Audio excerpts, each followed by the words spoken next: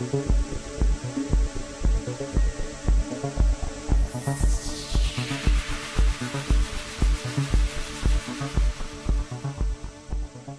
ہتھیار قسط number 23۔ David تیز قدموں سے اندر داخل ہوا۔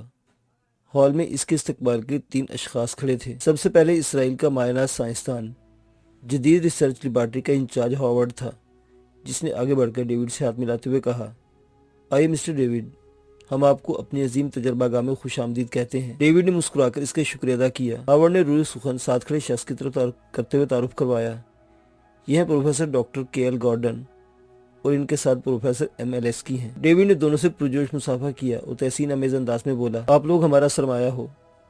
آپ جیسے باہمت، اعلیٰ و عرفہ اور ذہین و فہیم سائنسدان ہمارا فخر ہیں۔ تھینک یو مسٹر ڈیوڈ، ہمیں آج بہت خوشی ہے کہ ہم آپ جیسے مافوق العقل صلاحیتوں کے حامل شخص کے ساتھ ایک انوکھا اور انتہائی منفرد حیرت انگیز تجربہ کرنے جا رہے ہیں۔ مسٹر ہاورڈ، آپ لوگ تیار ہو؟ ڈیوڈ نے قدم آگے بڑھاتے ہوئے پوچھا۔ جی ہاں ڈیوڈ، ہم بالکل تیار ہیں، بس آپ ہی کا انتظار تھا۔ گڈ، چلیے۔ ڈیوڈ کی چال میں تیز اور انداز میں جوش چھلک رہا تھا۔ ہاورڈ اسے ڈرائنگ روم تک لے گیا۔ ڈیوڈ نے ڈرائنگ روم میں صرف 10 منٹ لگائے تھے۔ جب وہ باہر آیا تو اس کا حلیہ بدلا ہوا تھا۔ وہ اوور آل کی طرح سپہر لباس پہن چکا تھا، ہاتھوں میں باریک دستانے اور سر پر کپڑا چڑھا لیا تھا، پاؤں میں خصوصی سلیپر تھے۔ ہاورڈ اس کے ساتھی پہلے سے تیار تھے۔ وہ چاروں مل کر ایک بڑے ہال میں داخل ہوئے۔ وہاں سے 3 راہداریاں کراس کرنے کے بعد ایک درمیانے سائز کے کمرے میں داخل ہوئے۔ کمرے کے چاروں طرف چھوٹی بڑی اسکرینیں روشن تھیں۔ تمام اسکرینوں کا باہم تعلق اور ربط برقرار رکھا گیا تھا۔ ہر اسکرین کے حجم کے لحاظ سے نیچے کی بورڈ منسلک تھا، جس میں بے شمار متفرق رنگ کے بٹن اور لیور لگے ہوئے تھے۔ بہت سی مشینیں دیواروں میں فٹ تھیں اور کچھ مشینیں کمرے کے وسط میں پڑے ہوئے بیڈ کے ارد گرد 1.5 میٹر کے سٹینڈ پر رکھی ہوئی تھی۔ ان مشینوں کے سامنے مشین آپریٹر سفید کوٹ پہنے مختلف پوزیشنوں میں کھڑے تھے۔ بیڈ پر لیٹا ہوا شخص دنیا سے بیگانہ تھا۔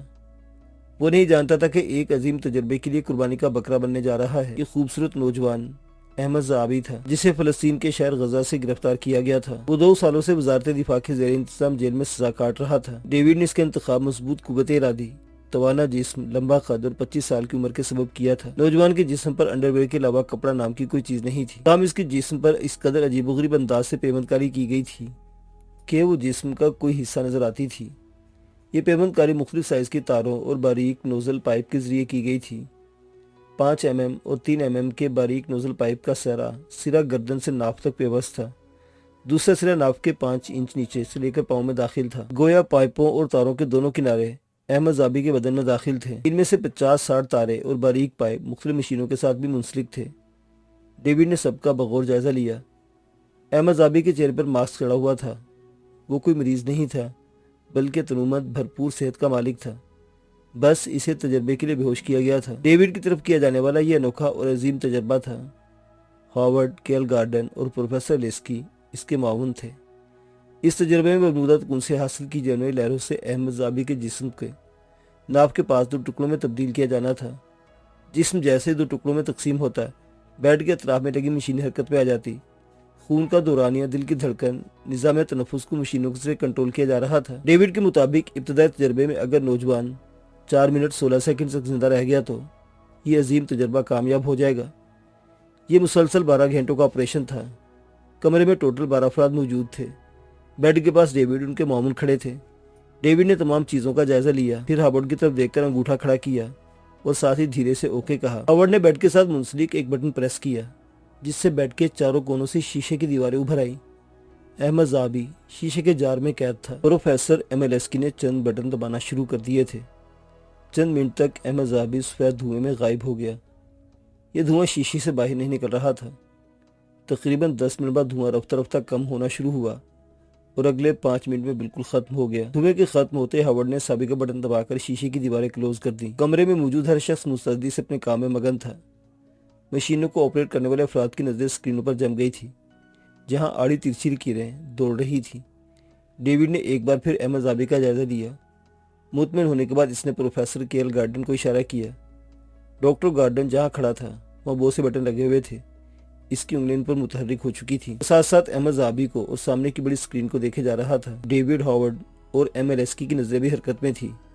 کبھی احمد زعابی تک جاتی اور کبھی گارڈن اور کبھی روشن اسکرینوں پر۔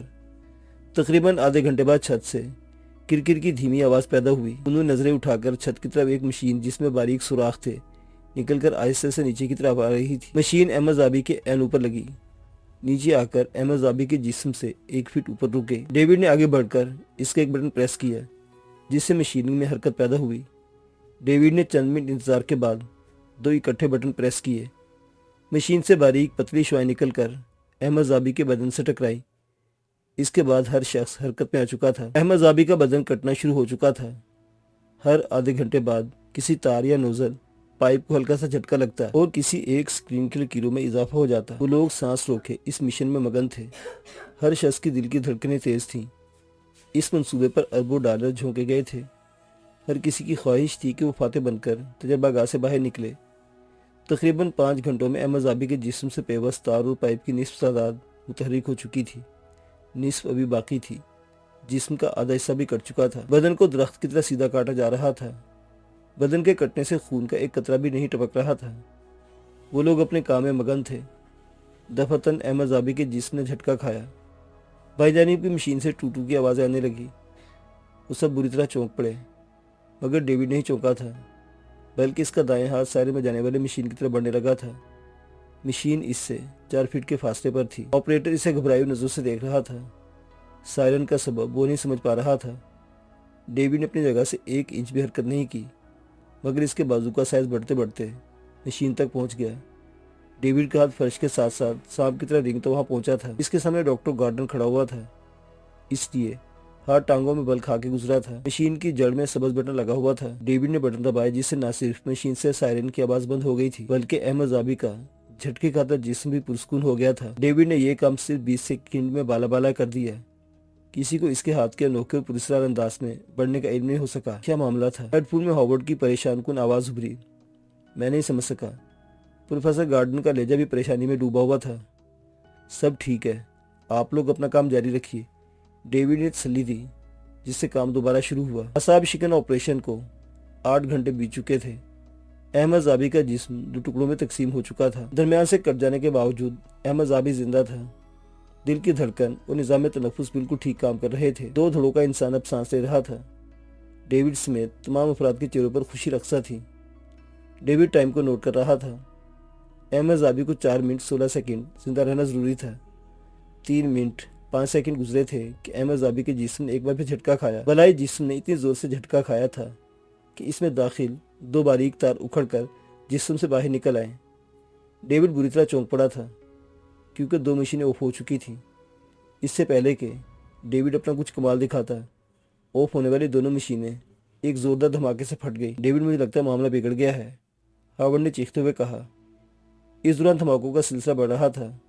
ایک ایک کر کے تمام مشینیں پھٹ رہی تھی۔ بلڈنگ میں سائرن گونجنے لگا۔ ہمیں جلدی سے عمارت سے نکلنا چاہیے۔ ڈاکٹر الیس کے ہیلمٹ اتار دیا تھا۔ باقی لوگوں نے حالات کو بھانپ لیا۔ کسی بھی وقت کچھ بھی ہو سکتا تھا۔ ہاورڈ نے دروازے کی طرف دوڑ لگا دی۔ ڈیوڈ کے علاوہ دوسرے لوگوں نے بھی اس کی پیروی کی تھی۔ وہ لوگ ابھی راہداری کراس کر رہے تھے کہ عمارت میں کان پھاڑ دینے والا لرزہ خیز دھماکہ ہوا۔ دھماکہ اتنا زوردار تھا کہ عظیم تجربہ گاہ جس پر اربوں خربوں ڈالر خرچ کیے گئے تھے، تنکوں کی طرح فضا میں اڑنے لگی تھی۔ دیکھتے دیکھتے عظیم الشان عمارت ملبے کا ڈھیر بن چکی تھی۔ کئی مایہ ناز دماغ ملبے کے ڈھیر میں دب گئے تھے۔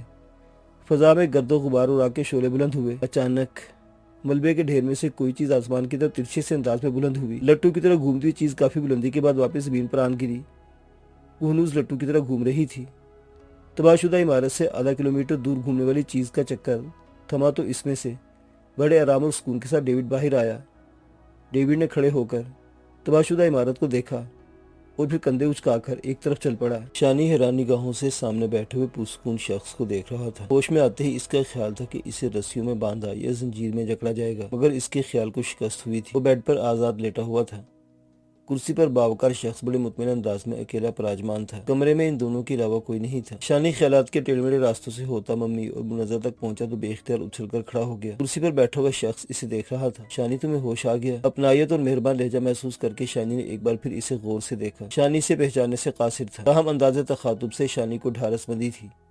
وہ اپنوں میں ہے، مگر یہ انجان اپنے کون ہے؟ منٹوں میں کئی سوچیں ذہن کی زمین پر اتری تھی۔ آپ کون ہیں اور مجھے کیوں اغوا کیا گیا ہے؟ میرا نام امجد بخاری ہے۔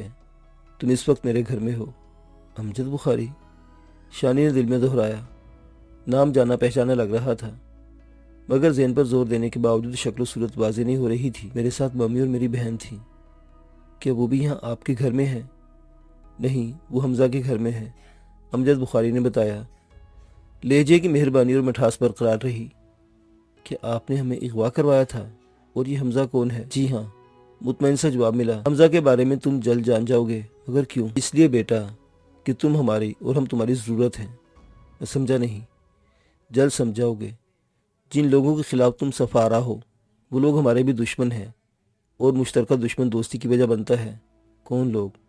شانی نے چونک کر پوچھا۔ وہی لوگ جو پاکستان کے دشمن ہیں، جنہوں نے پاکستان میں بد نظمی، انتشار، اضطراب و بے چینی، قتل و غارت مچا رکھی ہے، جو پاکستان کو ٹکڑوں میں تقسیم ہوتا دیکھنا چاہتے ہیں، جو مذہبی فرقہ واریت کو ہوا دیتے ہیں، قوم پرستی اور نسل پرستی کو فروغ دیتے ہیں، جو دھوکہ دہی سے ہمیں ایک دوسرے کے خلاف دست و گریبان باہم گتھا گتھا کرتے ہیں اور اپنا مکروہ مفاد پاتے ہیں۔ امجد بخاری کے لہجے میں نفرت تھی، وہی نفرت جو ایسے مواقع پر شانی کے لہجے میں عود آتی تھی۔ امجد بخاری کا لہجہ اس کی سچائی کی دلیل تھا۔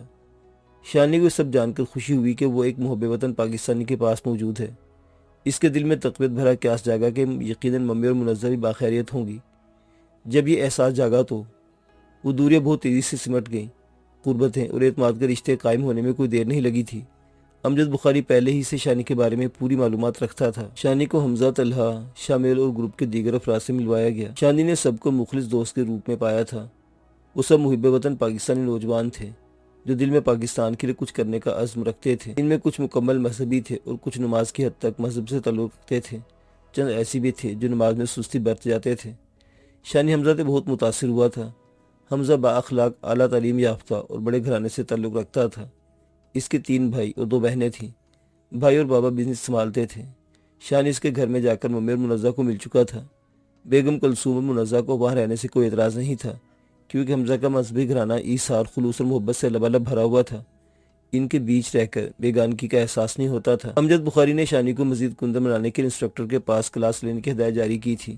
ساتھ ہی شام کو ایک نشست مذہبی اسکالر ڈاکٹر انوار الحق کے ہاں بھی لگتی تھی۔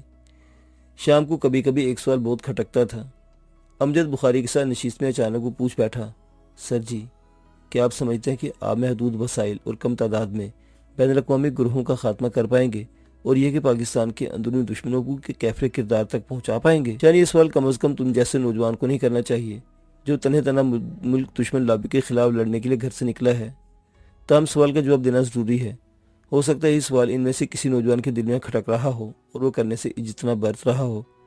امجد بخاری نے دوسرے لڑکوں کی طرف اشارہ کر کے کہا، دنیا میں چند خفیہ ایجنسیاں بہت اہم رول ادا کر رہی ہیں۔ امریکی ایجنسی CIA کے ٹوٹل 25,000 ایجنٹ ہیں۔ یہ 25,000 افراد پوری دنیا پر کمال دکھا رہے ہیں۔ روس کی خفیہ ایجنسی KGB کے ایجنٹوں کی تعداد تقریباً 2.5 لاکھ ہے، اور آپ یہ سن کر ورطہ حیرت میں ڈوب جائیں گے کہ دنیا میں اس وقت انتہائی اہم کارنامے سر انجام دینے والی اسرائیلی خفیہ تنظیم موساد کی مین پاور صرف 1200 افراد پر مشتمل ہے۔ اتنی قلیل تعداد کے باوجود ان کے کارناموں کی فہرست انتہائی طویل ہے۔ سر جی، 1200 افراد تو فقط ملک کے اندرونی معاملات ہی نمٹاتے ہوں گے۔ افراد کی تعداد دیکھ کر یہی قیاس لگایا جا سکتا ہے، لیکن ایسی بات نہیں۔ موساد کم تعداد کے باوجود حیران کن نتائج فراہم کرتی ہے۔ موساد کی 2 ذیلی شاخیں مشباک اور کڈون ہے، جو بیرونی معاملات کڈون نمٹاتی ہے، جبکہ داخلی کام مشباک سر انجام دیتی ہے۔ یہ فلسطینی کمانڈوز اور مجاہدین سے نمبر 2 آزما رہتے ہیں، جبکہ کڈون بیرون ملک اپنی کارکردگی کے جوہر دکھاتی ہے۔ خاص کر مسلمان ممالک میں دہشت گردی تخریب کاری کی موجب یہی شاخ ہے۔ مسلم ممالک میں علیحدگی پسندوں کی پشپناہی کرنا، انہیں تربیت دینا اور اسلحہ فراہم کرنا بھی اسی کا کام ہے۔ موساد نے اسلامی ممالک میں خاص نیٹ ورک قائم کر رکھے ہیں۔ امجد بخاری نے چند لحظہ رک کر سب کا جائزہ لیا اور ان کی دلچسپی کو برقرار رکھتے ہوئے سلسلہ کلام آگے بڑھاتے ہوئے کہا، 1993 میں کشمیری مجاہدین نے موساد کا ایک ایجنٹ گرفتار کر کے اس کا باقاعدہ انٹرویو دنیا کے سامنے پیش کیا تھا۔ افغانستان میں موساد کے کئی ایجنٹ طالبان کے ہاتھوں قتل ہو چکے ہیں۔ اس کا مطلب ہے سر جی، موساد دنیا کے بیشتر ممالک میں دخل اندازی کر رہی ہے۔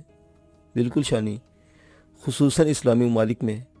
میں تم لوگوں کو ایک اہم واقعہ سناتا ہوں جو عرب اسرائیل جنگ کے دوران پیش آیا۔ مصری حکومت نے انڈیا سے انسٹرکٹر منگوائے تھے، مگر انڈین انسٹرکٹروں کے روپ میں وہاں موساد کے ایجنٹ پہنچ گئے جنہوں نے مصری فضائیہ پر مکمل کنٹرول حاصل کر لیا۔ جنگ شروع ہوئی تو مصری فضائیہ کے سارے طیارے بینکروں سے نکل کر ہاتھ جوڑے لائن میں کھڑے تھے۔ اسرائیلی فضائیہ نے بڑے آرام سے بغیر کسی مزاحمت کے مصری فضائیہ کے تقریباً 500 طیاروں کو کھڑے کھڑے راکھ کا ڈھیر بنا دیا تھا۔ اوہ نو سر جی، کیا واقعی ایسا ہوا تھا؟ طلحہ کے منہ سے بے اختیار نکلا۔